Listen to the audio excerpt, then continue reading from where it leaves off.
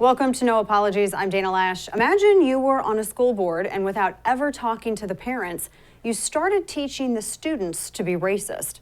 How? By telling kids that they should look at the world through the lens of color. And when they see a person of color, especially a black person, they should regard that person as a victim and someone who is oppressed, someone incapable of achieving much in life. Now imagine telling that the black kids in class, imagine telling them that all of the white students and their parents are their oppressors and are benefactors of something called white privilege. And then you also tell all of the students that their country is systemically racist. That means every law, every policy, every institution, every aspect of the country is rigged against people of color and tilted in favor of only and specifically white people. You don't point out the amazing progress that America has made on race, or the fact that all people in America are equal before the law of our republic and have been really since the inception of our country, but particularly the past 60 plus years. Instead, you tell kids that if there are any differences in outcomes in society between ethnicities, then it can only be blamed on America's systemic racism. And that's it. No more discussion about it is allowed. And if you disagree, then it demonstrates that you yourself are a racist. But as a member of this particular school board, you're not done indoctrinating kids, not even close. You also introduce, without ever pointing it out to the parents, a curriculum in which the kids are asked to read material like this. This is Loudoun County parents in Virginia reading explicit sexual material back to the school board from the books that the school board told their kids that they should read and approved for reading in the school district. This is awful. Also, by the way, just, not safe for work, so just mind little ears. Watch. Jasper wasn't even my boyfriend, just this dude I did some hacking with once in a while. He was pretty basic library systems, low security, not in my league at all, but he had a big and sometimes a girl just needs a big. Me and Monday, we did something. We did do something. He took a deep breath. She sucked my. I really didn't want it to happen. It just kind of did. Her top lip curled up. Wait a minute, is that what's really going on? She did your homework and you ate her. Is that why you're crying? Because Monday's not around to do your homework no more. Imagine that you, as a school board member, had the audacity to push this kind of pornographic material on these kids. But Dr. Seuss is bad. And again, you did that without ever even consulting the parents about it. But you're still not done because you're on the Loudoun County School Board and you think it's your right, apparently, to indoctrinate other people's children and impose your radical views on them. So you keep going, and then you introduce new policies like allowing a boy who says that they are a girl into the girls' locker room. Very, very difficult time in a young girl's life. When a gym teacher named Tanner Cross from Leesburg Elementary bravely questions this radical new policy because his conscience as a Christian compels him to speak up on behalf of women and biological reality, you suspend him, right? Yes, you suspend a gym teacher for saying that biological boys who say that they are girls ought not to be able to change in a girls' locker room with girls, an action that would have gotten someone arrested or kicked out of school or put in detention years ago. But again, you're not deterred because you're on the Loudoun County School Board. So you are a clueless leftist ideologue who can't imagine that parents and students disagree with your insane ideas that are anti-science, anti-nature, and anti-truth. So you push transgender theology and lie to students, and you tell them that there are a multitude, so many dozens and dozens of genders, and that it's also fluid, meaning that it can change daily, and that the only thing that makes you a boy or a girl is simply believing you are one and then outwardly also adopting those same exact stereotypical traits that you say are sexist when represented anywhere else. It's a little ironic. Imagine that you forced racist, sexually perverted curriculum on students without discussing any of it at all whatsoever with their parents. You might get a severe reaction from those parents and students. It might actually get a little heated, and it has. In public school board meetings with parents week after week, Loudoun County has become ground zero for pushing back on the Marxist takeover that's happening in America's public schools. Here are some of the more passionate moments from the meeting with the Loudoun County School Board this week. Watch. I am disgusted by your bigotry and your depravity. Joe Mobley, to be followed by Donna Russell. There's been a motion to end public comment. Is there a second? I second. Public comment is now ended. We will move to our next agenda item.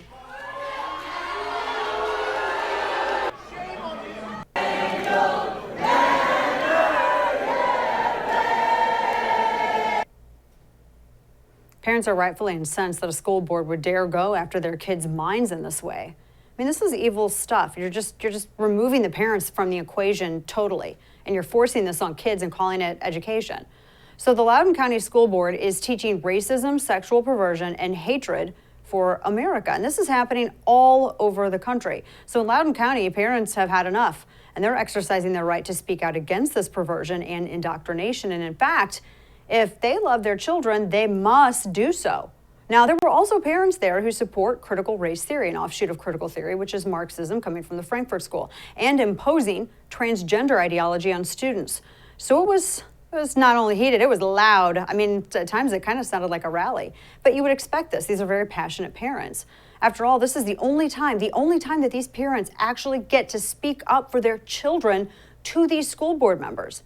And after the disgusting behavior from the Loudoun County School Board and some of the stuff that they've done that we'll talk about here coming up, that's the least the school board should have expected from Loudoun County parents. But apparently, the Loudoun County School Board did what all leftists do when faced with pushback on any idea at all whatsoever, controversial or not. They walk away from debate. They want to shut everyone else out from dissent because they're unable to just articulate a strong argument and defend what they're doing, which, I mean, frankly, this stuff is evil. You're pushing division, and they know it. So the Loudoun County School Board, they walked out and ended the meeting that you just saw, and they called the police. Now, there was nothing unlawful about this assembly that we are aware of. I've seen numerous video. This was like the parents' chance to push back and speak out on this curriculum that's being pushed down their children's throats. And yet the police did show up. And, well, watch what happened. This is an unlawful arrest. I have a First Amendment right. This is an unlawful arrest. I have a First Amendment right. Yeah.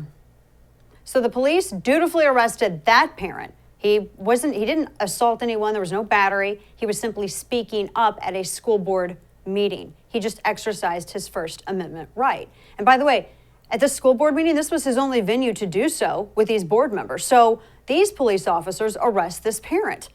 Maybe the school board ought to be arrested, maybe, especially for some of the allegations that have been happening against them and some of the evidence that's been provided. There's a point to be made here, though. We as conservatives, we always back the blue. We love our police, the men and women who serve, and we believe that they're essential to a healthy society in this republic, unlike the Marxist core Democrat Party and likely the very illiberal Loudoun County School Board. But it is a conditional love, and it is conditioned on the idea that law enforcement enforces the law in accordance with the Constitution, with impartiality, and with fairness. So if you obey tyrants like the Loudoun County School Board, you might find yourself with no support at all. And I know the left would love this. They would love to divide a wedge between the right and police. The left doesn't like police. I mean, you all remember the chants previously of Black Lives Matter, years, pigs in a blanket, fry 'em like bacon, or attacking police departments like in Seattle and Portland. They want to defund the police, they want to demoralize them and then condemn them. These are people from the community that do their job. There are more police officers, vastly more than bad police officers. But if police officers become quasi-Stasi agents for these Marxist tyrants that are punishing law-abiding citizens and denying them dissent, you'll lose the support of the American people very quickly. We've sat back and we've watched as very far left activists have burned cities. They've assaulted people simply for wearing a red hat. They've impugned the character of half the country, our police, our Constitution, and most law-abiding Americans have been remarkably restrained and graceful. The only event, and the one event that the left will never stop talking about, is the January 6th riot, when you had a faction of people who apparently thought that vandalism and assault were protected forms of protest, which they weren't, and they broke away from a largely peaceful protest. And they were rightly arrested, and they were charged for vandalism and trespass. Look, we're the party of law and order. That we got to be consistent, and we have been. We condemn any riots, anybody who thinks that violence or destruction of private or public property is in any way protected speech or protected protest. But all of the riots over the last year in city after city, all of which have been pretty far left, cheered on by the Marxist core Democrat Party, there's been no consistency from them. Yet we support the police. We understand the impossible position that they've been put in the last couple of years. But I'm telling you what, you have to also realize that you're enforcing things in accordance with the law and with natural rights. These were citizens who were simply exercising their right to speak their mind at a school board meeting. So, look, that would be tragic if there was a division between those two factions, police and conservatives and Republicans. But the Loudoun County School Board had quite literally, I mean, look at this guy, this father on the floor simply for speaking out at a school board meeting. You know, there's a saying that the most dangerous place in the world to be is between a mother and her children, right? That's where that mama grizzly thing comes from. And I think that's the mistake that the left is making now. There's some common ground that the right and left are going to find. So if they want to push this critical race theory, this Marxist push in culture, you're going to have a lot of people. Sure, people are going to endure to keep their paycheck coming in. Maybe some people will even try to put up with it if they're in the military. They know fakes like General Mark Milley, who are, I mean, quite honestly, I guess they think that we live in a military dictatorship and you're not allowed to disagree with military leaders. No, they want a nice, comfortable gig on whatever corporate board when they're done prosecuting endless wars in the Middle East and nation building everywhere else. And he's pretending to be woke and stay in the good graces of a woke Biden administration. But look, I'm telling you, you come after people's kids like the school board and countless schools across the country, you're going to have parents of all different persuasions, ethnicities, ideologies, and faiths who are going to find common ground. And they're not going to have it. Groups are rising up across the country. Groups, for instance, like Parents Against Critical Theory and Parents Defending Education. Group in my town, South Lake Pack. Many of these groups are led by mothers, like Moms for Liberty. And their righteous anger has been aroused, and they're out to put an end to this stuff. Now, perhaps this is the lesson. For far too long, Americans who really love this country have been passive. We could learn something from how the left strategizes. They see the long game, and they think that the game is not done just because the election's over, right? Like your coach told you before every game, it comes down to who wants the ball. We gave the ball to the left where it concerned academics and entertainment. They took it, they've been running downfield unobstructed for 40 years. Now we look up and everywhere, the Loudoun County School Board, Marxist indoctrinating our children because we allowed it to happen. No more. So we should be encouraged by what we're seeing. Parents speaking out, rising up. We have a long way to go, and it's constant vigilance. It's what it requires. That's what freedom costs, constant vigilance. But everyone needs to get off the bench. You know, people wouldn't get tired doing this if enough people stood up and did it together. We did it here in South Lake, Texas, pushing back against the Marxist takeover with CRT when that was attempted here in our schools, and we won, actually, with a little over 70% of the vote. But the fight doesn't stop because the other team never quits. If you say you love this country and you say that you want what's best for your kids, this is a part of your job as a parent to stand up and speak. Silence is a concession to these Marxists. They don't care about the well-being of your kids or you or what you think. Their goal is to radically transform this country without your consent. But see, that's the thing. They can't actually do it without your consent. I mean, at the very least, they need your apathy. The man that was arrested last night in Loudoun County, well done. Sometimes peaceful resistance is called for, especially against Marxist tyrants. So are you ready, like that father in Loudoun County, to put your skin in the game? Because everybody has to be. It's un-American to outsource your parenting, which is showing up at school board meetings, to someone else's parent. Get involved. It's the American way. Now, like I said, parents are fighting back against CRT all across this nation. Ian Pryor is one of those parents, and he's leading the fight in Loudoun County, Virginia. He joins us next. Keep it here. Black Rifle Coffee Company is a veteran-owned coffee company serving premium coffee to people who love America. Veteran, CEO, and founder Evan Hafer spent over 7 years on the ground overseas with U.S. Special Forces and as a CIA contractor. Black Rifle Coffee is committed to Evan's mission of supporting veteran, law enforcement, and first responder causes. So this summer, Black Rifle Coffee Company invites you to enjoy your coffee.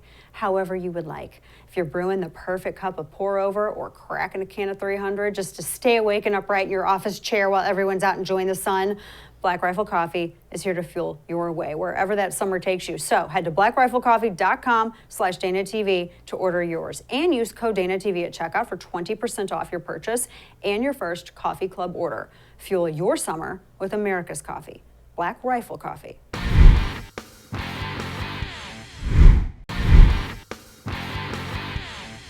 Ian Pryor is the executive director of the group Fight for Schools, and he's also the senior counsel for Unsilenced Majority and a parent in that very county we were just talking about, Loudoun County, Virginia. He's pushing back hard on the Loudoun County School Board and leading the charge to save the kids. Ian, thanks so much for joining us. You've had quite a fight these past several months. Yeah, thanks for having me. It really has been. I mean, the past 3 months, it seems like Loudoun County Public Schools is in the news at least, 5 times a week. Yes, I mean, I thought here in Texas, we had a big old fight, and we just had municipal elections, and I thought what we all went through was pretty rough. Then I see these videos of parents being arrested at school board meetings for doing nothing more than just loudly expressing dissent, which is still allowed. Is that the most heated that it's become? Or is there stuff that we've missed? Because that was pretty insane. That was definitely the most heated it's become. I mean, really, it was a culmination, I think, of a year and a half worth of frustration from parents. It started out with the open schools movement. The school board wasn't listening to parents. They were mocking parents on social media and emails. And then when you get to mid-March, that's when you had these 6 school board members that were part of this private Facebook group where one of the school board members essentially lit a fire, and you had all these people in there listing dozens of parents that spoke up at school board meetings, and they wanted to infiltrate their groups, publicly expose them, even hack their websites. So really, it was about probably 8 of us that got together on someone's back deck in March and said, listen, we've got to recall these school board members. They have been an abject failure for their time in office, and it's really started to grow because every time we think that, okay, this is going to be a long road to get these signatures to recall them. They go and they step in it again, whether it's putting a teacher on administrative leave for exercising his First Amendment rights, or this Tuesday you saw there were 250 speakers lined up to speak. They didn't like what the people had to say, so after 50 or so, they cut off public comment, and then the superintendent declared, that this is an unlawful assembly, even though there was no threats of violence, nothing, and that's what you saw on Tuesday night. But that was by far the biggest crowd we've ever seen there. And you mentioned that Facebook group. Talking to Ian Pryor, has been leading that fight there in Loudoun County, Virginia. This was insane to me. This 624-member private group on Facebook, where they were essentially, these are school board members. They were gossiping about you all. And this also was really shocking to me. It said that the Sheriff's Criminal Investigations Division was reviewing the matter, but the group's activities were no surprise to top law enforcement because the county's prosecutor appears to also be a member of the Facebook group. And I have to say, Ian, my favorite thing about that aspect of the story was a local mother named Jen Durham, which I think she was the one who was really kind of trying to really light that fire, said, quote, anyone know any hackers, end quote, which is perhaps maybe the most may I speak to the manager thing I've ever heard in my life. And you were on that list. They named you. You had a neighbor who named you. Yeah, that's right. So I was on the list. I was actually listed twice, once for writing an article in the Federalist, and the second time, amazingly, was for going to a school board meeting and speaking up for First Amendment rights of teachers and students back in, I think, October of 2020. And, a lot of the people that were on that list, it's kind of branded as they were speaking out against critical race theory, but the vast majority of people on that list had gone to school board meetings trying to get schools reopened. And then just this past week, we revealed on Monday something that we hadn't known before, that there was a second private Facebook group back in 2020 that had 7 school board members, and they were basically discussing school opening and closing policy to the exclusion of 99% of the community. So what you have here is a school board that doesn't respect the rule of law, doesn't respect Virginia open meetings law, doesn't respect the First Amendment of the Constitution, and ignores their own code of conduct. Yeah, that's what happened in where I am in Carroll ISD in South Lake, Texas, they had the school board members that were violating Texas's Open Meetings Act and talking about implementing the CRT curriculum and this plan going forward in school without any knowledge from parents. It took a lot of FOIA requests to get that. I love that you said that you all met on somebody's back deck. That's probably the most American thing ever. I mean, it just kind of gets to the heart of this issue. You said too that really all of this began in October of 2020, and I was thinking about this when I was looking back to see when I could first see some of the objections to a lot of the curriculum and when it really was hitting a high note that when CRT being implemented in schools across the country. Do you think that this was caught, or at least enough parents paid attention to this because of the lockdown? I mean, and that maybe if we hadn't had a lockdown, I hate even saying this, would this have been caught to the extent that it was? Yeah, absolutely not. I think this was 100% due to the pandemic. I mean, you have children that are in front of their Chromebooks, parents working at home, and really the curtain was peeled back on what was going on in schools. And now I've said this many times, you know, when you want to look at somebody who to blame to let this happen, we got to take a look in the mirror, because over the past 10 years, 20 years, whatever it is, we've ignored local elections. We've assumed that we send our kids those two doors at school, that, you know, everything's going to be safe and they're going to learn what, you know, they're supposed to be learning, math, science, et cetera. But in reality, that's not what they're focusing on. While, you know, kids are suffering massive learning loss, they're falling behind in math and science. You have these school boards and these school administrations focused on, you know, changing names of mascots and, you know, how to train a young generation of activists, when that is not what schooling is about. It's about preparing the future generations to succeed in the world, you know, going forward.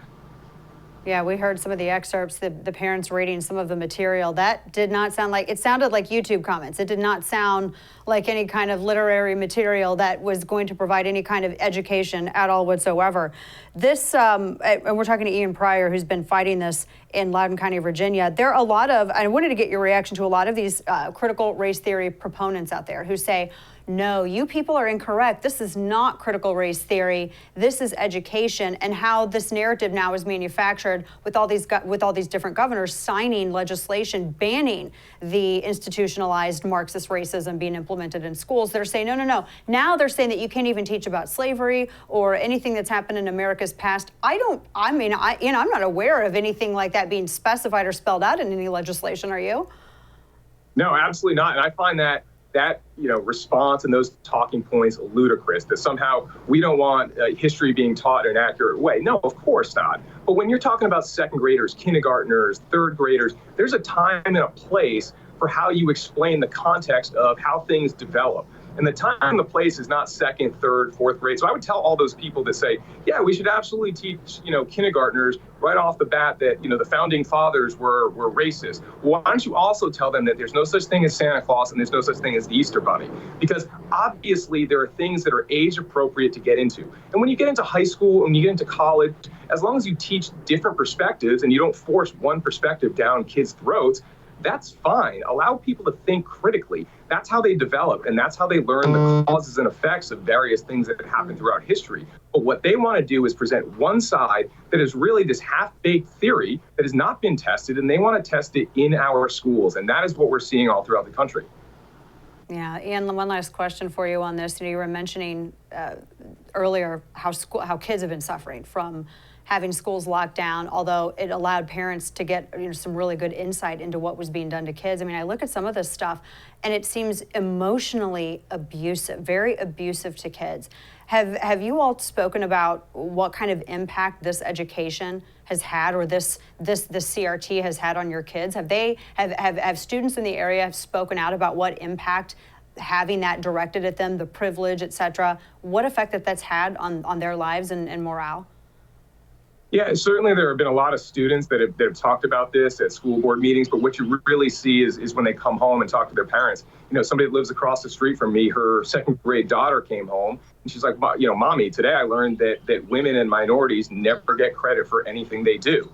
Those are the kind of things that you're seeing, where these little kids come home and they don't necessarily understand what they're being taught. You know, I have a second grader. I read her a book about, you know, Columbus coming to the New World. The next day she comes back to me and she says, Daddy, why did you read me a book about a bad guy? We learned today that he was a murderer and he had a lot of slaves. Now, of course, you can talk about those kind of things when you're in high school, but I went back and looked at the video. I mean, like, it was a cartoon with piles of dead bodies in it. That is absolutely inappropriate for second graders to be learning.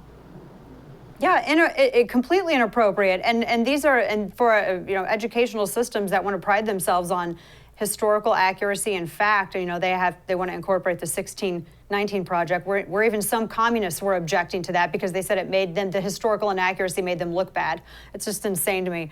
Ian Pryor, appreciate what you do and all of the parents around the country that you're helping by, giving them a blueprint so that they know how to fight this in their community. I mean, we're just hearing this all over the nation, and things are changing. So we appreciate your time, Ian Pryor. Thank you.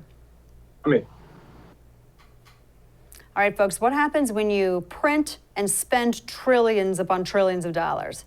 What happens when you pay people to sit at home and collect checks from the government when they could actually be making money in the workplace?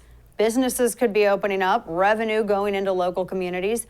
Well, you get inflation. So coming up, Congressman Ralph Norman from South Carolina joins us to talk about it. Stay with us.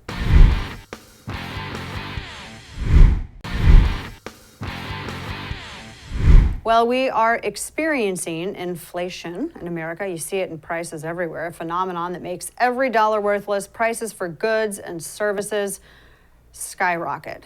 Especially lumber. My goodness, the jokes. Congressman Ralph Norman out of South Carolina, also someone who works in real estate. He's seen this phenomena firsthand, and he has a piece in the Washington Examiner out about it this week. Congressman, welcome to the show. Good to have you. Good to be here, Dana.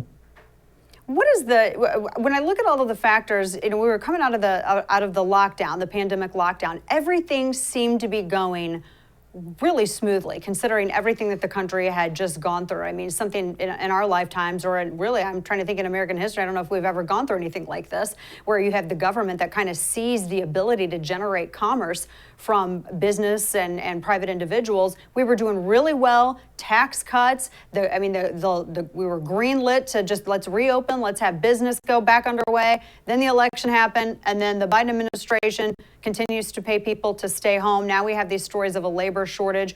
What is aside from the promises and the continued government spending and the federal dollars dumping into the system, Congressman, what is the big driver, the other big driver in this whole problem of inflation here right now? Well, Dana, the biggest problem, this administration is tone deaf and is a big disconnect because they've never been in the private sector. When we all heard Joe Biden whisper, I guess it was yesterday, that, to get labor back, to raise the wages, you've got government paying over $15 or was paying $15.26 an hour for workers to stay at home. And so it's a disconnect with the American people. And you're right, the last 4 years, in spite of all the headwinds that government and the Democrats put in front of President Trump, he succeeded because he understands business. He's in the private sector. The tax cuts that he offered, the accelerated depreciation. I mean, the list goes on and on. But this it's like the faucet got cut off. And it's because of the policies of this administration. The shortages that we're having, lumber you mentioned, is up 400%. And it's amazing. It's a lumber, crisis. goods, the cost of everything. And you mentioned too, paying people to stay home, and then the president's whisper, which was probably one of the funniest sound bites I think I've seen so far in the past several years. But Congressman, the president, he leaned over the podium and he whispered just to pay them more, talking to small businesses, private businesses out there in America, just to pay workers more. This echoes what Jen Psaki said about a month ago during a White House press conference when she was asked about the continued payment coming from the government to people to continue staying at home. And she challenged businesses from right there from her position. She challenged businesses and said, okay, well, they could match what we're paying them. They could pay them more. That's not really how the market operates, though, is it, Congressman? No, it's not how the real world operates. And every American, you can look at a lot of different factors, but I guess every American took a pay cut with the gas prices. Everywhere I go, I ask, have you been to the pump lately? Have you filled up your car? And what used to cost, in my situation, $50 is now $80. Look at the food that we're paying more for. The trucks that deliver the products to the American people aren't powered by solar panels. They're powered by gas and oil. And, look at what the consumer price index has done. Look at what the shortages have done. I can't talk to all the manufacturers have got shortages in some capacity that we make in China and from other countries. So it's a combination of being out of work for a year and a half for the small businesses, the dollars that they can't print enough money from the federal government to get this economy back going. The thing they can do is which is they won't do because they hate the president so much, cut taxes, enact the policies that he had, and cut regulations. The Arizona, the minerals that were mined, the copper, the zinc, they regulating them out of business. So, we've got to have a change in administration at some point, or at least let them, if it gets bad enough, hopefully they'll do something. But they don't understand it. No, they don't at all. And it's fascinating to watch people who never for a single day ever had to meet payroll, never worked in the private sector, taking that risk and owning that private business, that small business, and making these kind of demands. Talking to Congressman Ralph Norman here from beautiful state of South Carolina. This labor shortage narrative, it's not really a labor shortage, is it? No, it's a combination. I mean, I think a lot of it stemmed from paying the government, using our tax dollars to pay them to stay at home. The other thing is people are just not back in the workforce because a lot of the businesses shrank, and they're trying to, it's like gasping for breath to get products on the ground and products delivered and build and do their individual, the business that made them the most money and made them profitable. But everything combined is, it's dire for this country. And, as an example, water heaters, it's a 12-week delay. So goes housing, so goes the economy. And when you combine that with all, the lumber, the things we've talked about, it's a tough situation. I think I had read that there's several 100,000 homes that have been approved for construction, but they're backlogged. They're still waiting. And just very odd that you mentioned the water heaters. There's a bunch of things that are kind of on back order, so to speak, or you have to wait a lot longer to get because of this perceived labor shortage. Now, the administration came out this week that they're now looking to start at least, reducing these payments, to stop these payments, and then everyone else is warning that now we're going to see a big shutdown in the market. There's going to be a lot of problems. We're going to have this, there's going to be a disastrous outcome because of this. I definitely think so. If they keep pushing towards the tax and spend plan, Congressman, which is what I want to ask you about, $6 trillion, first 100 days have been asked for by this administration, and then the American Rescue Plan. They wants to for tax increase and for the gun control plan that he was talking about this week. He wants to take an unspecified amount from the American Rescue Plan, that's our tax dollars, for coronavirus relief, more spending, and use coronavirus relief money for all of these other spending projects. Nothing's offset by a reduction in spending anywhere else. There are no offsets at all. There's no budget hearings going anywhere. He blames everything on the coronavirus. The rescue plan is anything but rescue plan. And he's using monies that was set aside under the guise of coronavirus, and he's used it to bail out cities that had failed governors and failed policies of the Democrats.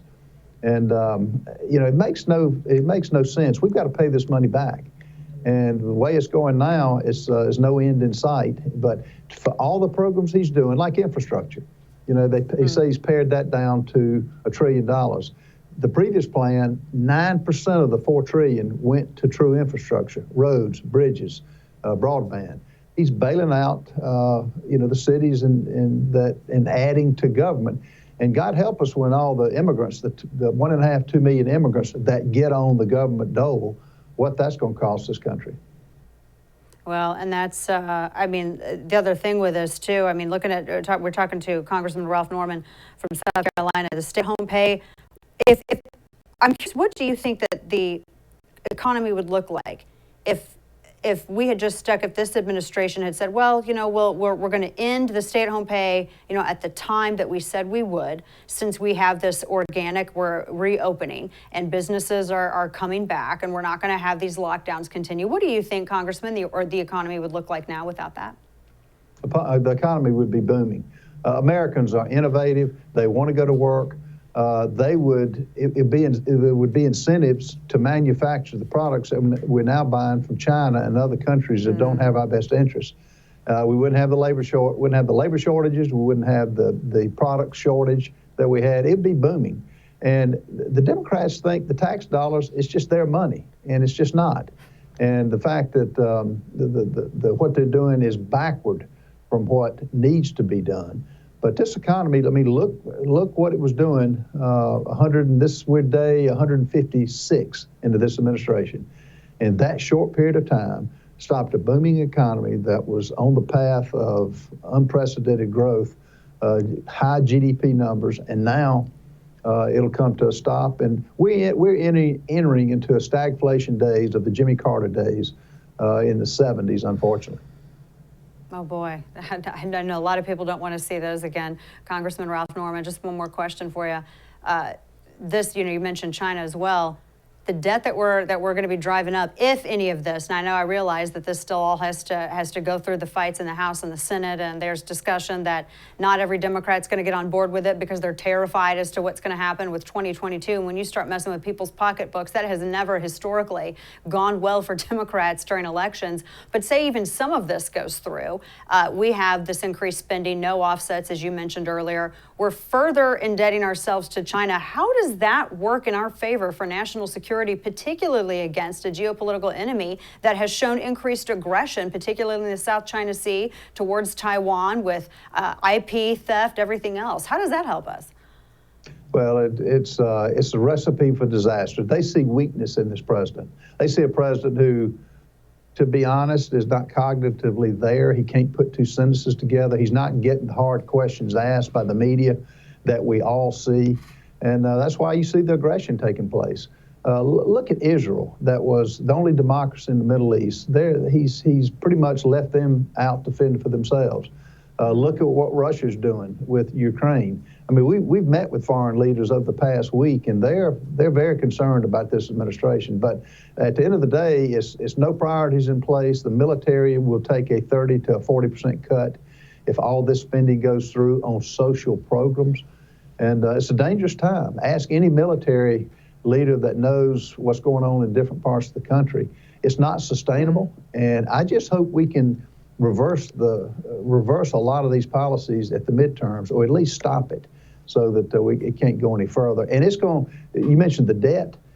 This country's got a cancer that aspirin will not cure. We've got to have a serious debate over cuts and not just put a Band-Aid approach to it. I'm into that. And the military leaders nervous about. I'm glad that there are some military leaders, congressmen, that are worried about what Russia and China are doing as opposed to pronouns. Some of those cuts, I don't know. After I heard the testimony of General Mark Milley, chairman of Joint Chiefs of Staff, maybe some cuts that I'd be in favor of, I have to say. Congressman Ralph Norman, pleasure to talk with you, sir. Thank you so much for joining us. Have a great weekend. My pleasure. Thank you. Mm-hmm. A national survey asked over 400,000 college students if they are proud to be Americans. Now, we're heading up towards Independence Day, right? The answer may surprise you. We'll keep it here.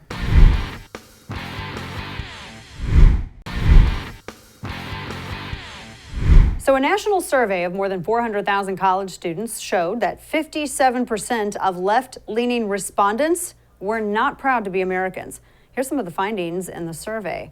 Only 38% of college students who identify as liberals say that they are proud to be American. Now contrast that with 73% of conservative students, why is that not 100, who say that they are proud of America, to be American. Now those students say that they are independents, and they come in at 59%, the independent squad, and they say they're proud to be American. So net, you got about 52% of students at progressive colleges who say that they are proud to be an American. Now that should have everybody very concerned. And it's not surprising. I mean, we just saw what was going on in Loudoun County and saw what those kids were being taught, and all over the country. They're told that America is uniquely evil, racist. You can't expect young people to have positive opinions about their country if adults are just pumping their heads full of garbage and brainwashing them to say that America, the republic, is flawed from its inception because it's systemically racist. And when you teach things like the historically incorrect, insanely incorrect 1619 Project, which purposefully lies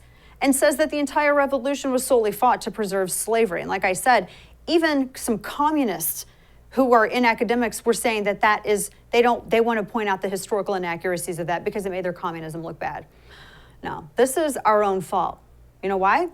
Because we checked out. We checked out as not just parents, but conservatives and independents, and even some of you old school liberals, the classical liberals, right? Now we are reaping the whirlwind of this. We've allowed progressive ideologues to seize institutional power in this country, particularly in our educational institutions.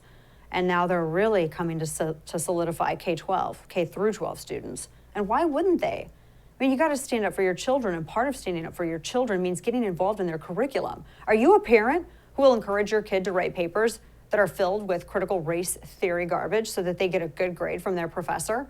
I mean, do you send your kids to Marxist universities, which is a lot of them now, actually funding indoctrination of your child?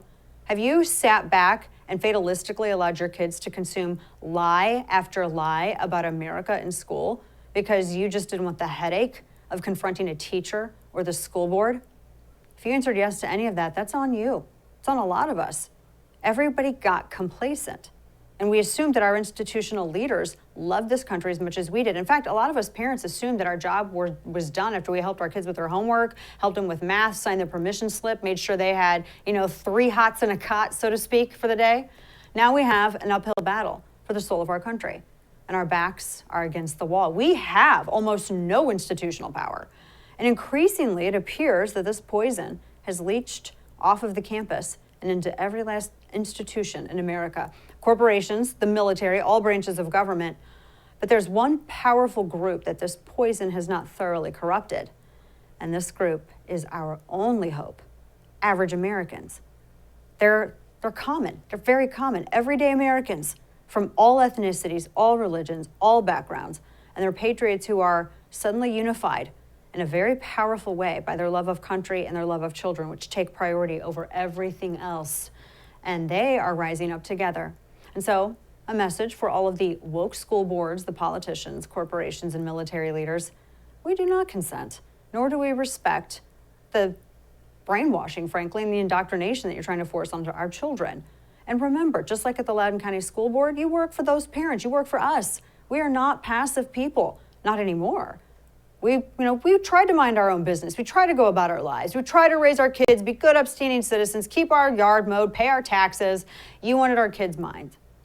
The worst mistake that anybody could ever make is to get someone involved who wants to be left alone. You're spoiling for a fight, right? Now you got one, right? We're your huckleberry. Together, millions of average Americans are remembering that they have enormous power to push back. Our republic was built on participation. Never forget that. We need only to get involved and the tide turns. I showed you that in my town. Record turnout, over 70% of the vote. That is not a community that is divided. And it was over 70% of white, black, Hispanic, Asian American families all coming together for the one thing that they unanimously agree about, and that's our kids. We only need to be willing to put something on the line. Yes. It may cost you something. Maybe it costs you some friends. I've lost some. Maybe it costs you a job. Maybe somebody's going to say something bad about you at the next dance recital. But you know what? That's okay, because our country's worth it. Our kids are definitely worth it, and people have paid more. And frankly, we have no other choice. This is not hyperbolic. It's go time. If not us, then who? And if not now, then when? That does it for us this week. Have a good week, great weekend. And thanks for tuning in. Good night, and never bend the knee.